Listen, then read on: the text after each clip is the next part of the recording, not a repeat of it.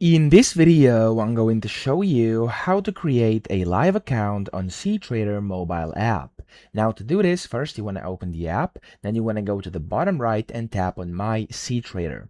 Now in here, as you can see, it's going to give you your account, and at the top it says demo for me. That's because I'm in my demo account. And if you want to create a live account, you want to tap on Go Live at the top next to my demo account. So I'm going to tap on Go Live, and then when you do this, you actually are going to have to select a broker you want to use to create a live account. Okay, so there's going to be a bunch of different brokers. You can just select the one you want to use, and whenever you do this, for example, if I select this black bull over here, it's up to you whichever one you select. Make sure you actually do some research prior to opening a live account, and then you can tap on that specific broker, and it's going to open it up in a separate tab in your browser. And just like this, you'll be able to basically sign up for that specific broker, put in your details, your info, and that way you'll be able to essentially create a real live account, and then you'll be able to connect it directly to cTrader over here. So that's how to do this. I hope this video helped you out. If it did, please subscribe to the channel and help me out as well.